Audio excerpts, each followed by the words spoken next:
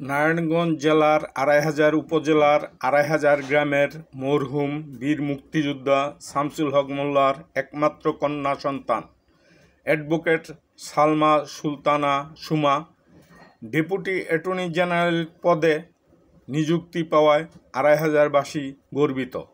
২৫০০বাসীর পক্ষ থেকে NA ৭১ টিভির শুভেচ্ছা ও অভিনন্দন।